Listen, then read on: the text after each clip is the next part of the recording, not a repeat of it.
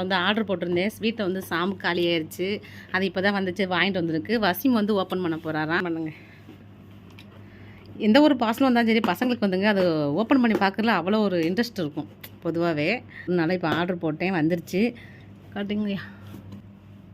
இப்போ பார்த்தீங்கன்னா நான் சாம்பு வந்து முட்டைக்கரு மாதிரி இருக்கும். இது வந்து நான் ரிட்டன் போடணும் பாருங்கள். இப்படி தான் நிறைய ஆன்லைனில் ஆர்டர் போட்டோமாக்கும் நமக்கு நிறையா மிஸ்டேக் வரும். நான் எதிர்பார்க்கல. இப்படி காட்டுறேன் பாருங்கள் சாம்போடையது. இப்படி சாம்பு வந்து அப்படியே முட்டைக்கரு மாதிரி இருக்கும். பார்த்தீங்கன்னா இதே ஒரிஜினல் இல்லைங்களா? இது இந்த பாட்டில் கிடையாது, நம்ம ரிட்டன் கொடுத்துடலாம்.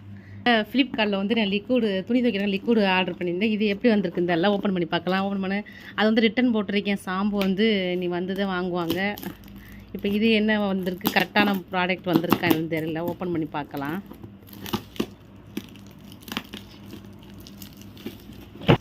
முடியலையா? ஆனால் எப்போயுமே ஃப்ளிப்கார்ட்டில் நல்லா தான் வரும். அது நான் வந்து ஆர்டர் பண்ணது வேறு, அவங்க கொடுத்தது வேறையாக இருக்குது. ரிட்டன் போட்டிருக்கு, பார்க்கலாம்.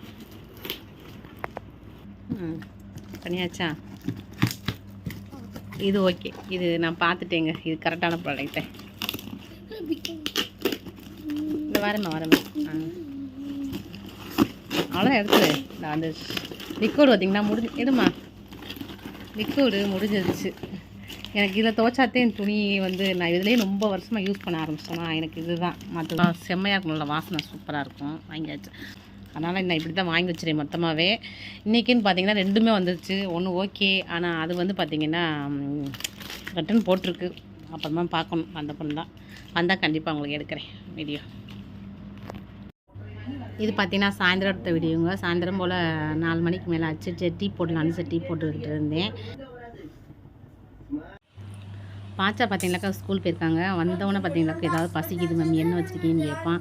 அதுக்காண்டி இருந்து எங்கள் பிஞ்சியில் விளைஞ்சது பாசி பயிறு அதை வந்து சரி சுண்டல் போட்டு வச்சுருப்போம். ஆனால் எனக்கு வந்து பார்த்தீங்கன்னாக்கா சர்க்கரை போட்டு தேங்காய் போடுறது ரொம்ப பிடிக்கும். ஆனால் என் பொண்ணுக்கு வந்து தாளிச்சு கடிச்சு வெங்காயம் பட்டை போட்டு தாளிச்சு வைக்கிச்சு. அதான் சரி கொஞ்சமாக பயிரை வச்சு அதை தாளித்து வச்சுருக்கேன். வந்தோடனே சாப்பிடுவாங்க.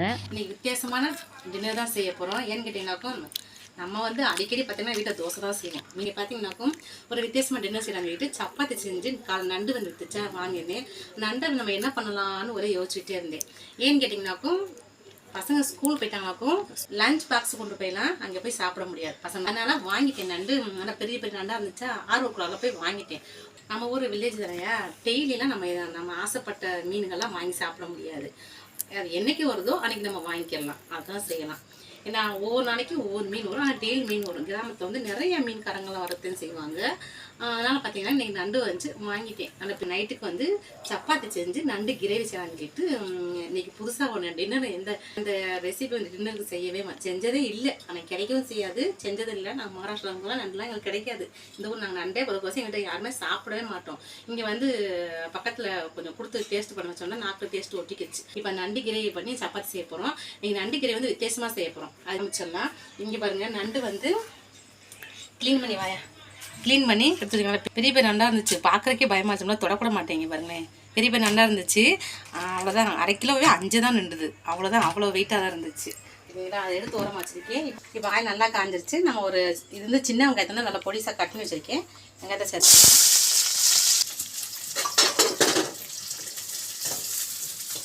மதியம் மீன் பொரிச்ச ஆயில் வேறு இங்கே கொஞ்சம் இருக்குது பாருங்கள். மூடி வச்சுருக்கேன் பாருங்கள். இப்போ பார்த்தீங்கன்னா நான் தேங்காய் வந்து எப்போயுமே வீட்டில் வந்து ஸ்டாக்காக வச்சுருக்கேன். வாங்கி போய் வீட்டில் மொத்தம் வாங்கி வச்சுருக்கேன். தேங்காய் காலியாகிடுச்சு. நீ வாங்கி வைக்கணும் ஓகேங்களா?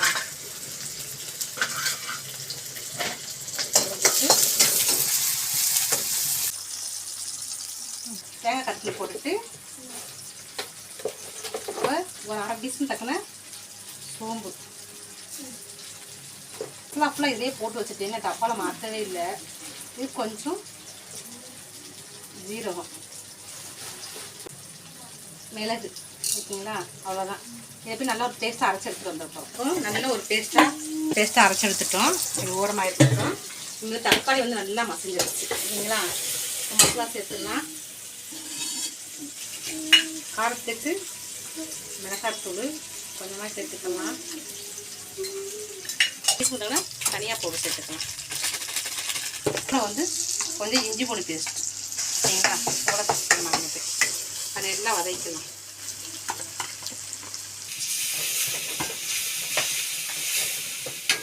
தண்ணி ஊற்றி மிக்ஸ் பண்ணோடனே இப்போ நம்ம க்ளீன் வச்சுருக்க நண்டை வந்து சேர்த்துட போகிறோம். ஓகேங்களா?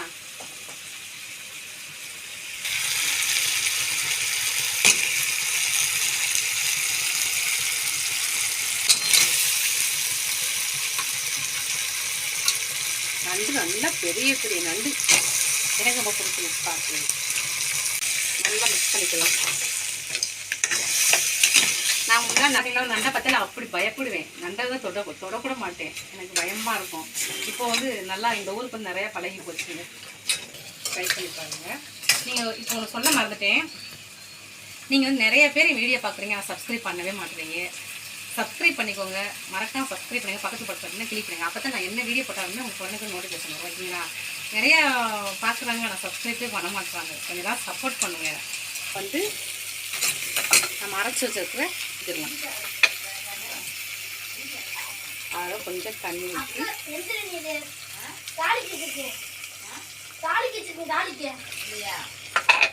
நமக்கு எவ்வளோ கிரேவி தேவையோ அது தக்கன தண்ணி ஊற்றி வேக வச்சு வைக்கணும். ஓகேங்களா? நம்ம வந்து இப்போ சப்பாத்திக்கு தான் செய்கிறோம்.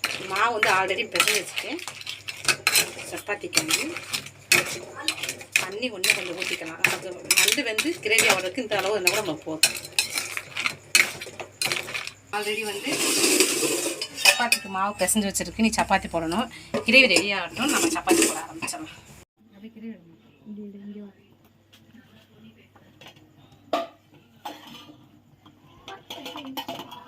இப்போ பார்த்தீங்கன்னா சைடு வந்து சப்பாத்தி போட ஆரம்பிச்சாச்சு. இங்கே பார்த்தீங்கன்னா நமக்கு நண்டு கிரேவி சூப்பர் ரெடி ஆயிடுச்சு. செம்மையாக இருந்துச்சுங்க. இந்த ரெசிபி வந்து நான் நிசா சமையலில் போடுறேன், நீங்கள் என்ன செக் பண்ணி பார்த்துக்கோங்க. ஆனால் நிஜமாகவே ப்ரான்ஸாக சொல்கிறேன், செம்ம டேஸ்ட்டாக இருந்துச்சுங்க. சப்பாத்திக்கும் நண்டு கிரேவிக்கும் அவ்வளோ டேஸ்ட்டாக நாங்கள் எப்போயுமே ட்ரை பண்ணல. எனக்கு ஃபஸ்ட்டு தடவை செம்ம சூப்பராக இருந்தது. அதுவும் நாங்கள் சப்பாத்தி சுட்டு முடிச்சுட்டு நான் ஃபேமிலியை உட்காந்து சாப்பிட ஆரம்பிச்சிட்டோம். அவ்வளோதான் இந்த விழாக்கு முடிச்சுக்கிறேன். பாய்.